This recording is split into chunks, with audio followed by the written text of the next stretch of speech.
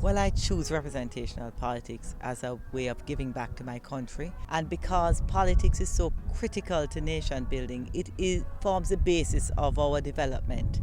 That I think we have to have persons who go into politics who have first benefited from the country in terms of education, but also who have developed the reputation of integrity and accountability to put what we want out in politics so we can get what we want out of politics.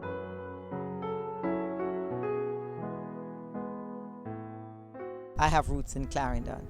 And when I look at Clarendon, and I look at South East Clarendon and the demographic of South East Clarendon, I believe it's a good representation of the rest of Jamaica.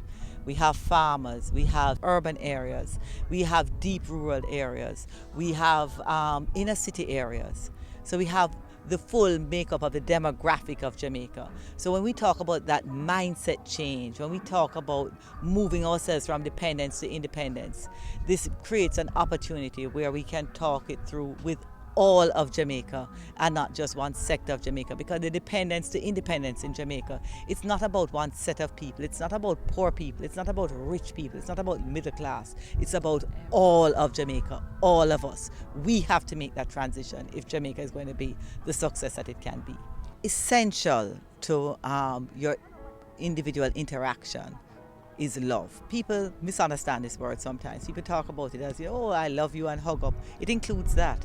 But it also is talking about respect for human beings, respect for each other. It's talking about being able to hold each other to account in such a way that we can actually do what we say we are going to do. So in Jamaica in general, I think our light, roads, and in terms of infrastructure, are way ahead. Telephone, way ahead. But in South East Clarendon, we are, because it has so much of a rural constituency. There are significant issues with roads, and there are some communities which are informal settlements that still struggle with light. And also because how South East Clarendon evolved from the sugar era, where the sugar factory actually provided all those things to the community, and we're in a transition period where the sugar factory is pulling out of that provision. So we have a lot of persons who are not yet regularized.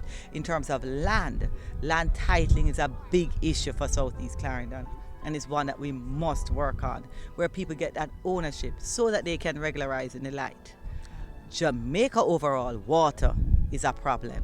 We have not done well on water. Right? We have to do better. Only 50% of our households can say that they have running water inside, and that's just not acceptable. That's an area that we need to fix. I think we need to be creating more opportunities for young people in Jamaica, and we are poised to be able to do that. I mean, we do have a great opportunity in becoming a logistics hub for Jamaica, and maybe we are doing some things wrong. But for Jamaica, especially for South East Clarendon, because where we are positioned, Goat Island is right there, Jackson Bay is right there, Vernon Field is right there. This is critical to our development. And for me, I say to all Jamaicans, don't talk about what we are not doing for the logistics hub. Talk about what you can do for the logistics hub. If somebody is not doing it, work out who needs to do it and what needs to change to make it happen. Let's stop talking about what's not working and let's work out what needs to work, and let's get it done together.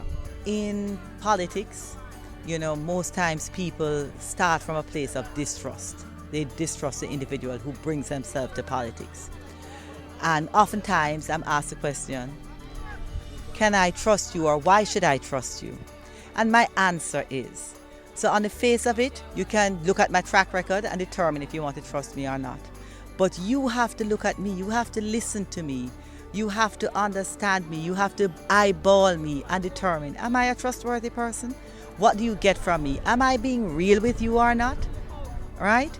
And over time, you will get your reinforcing answer.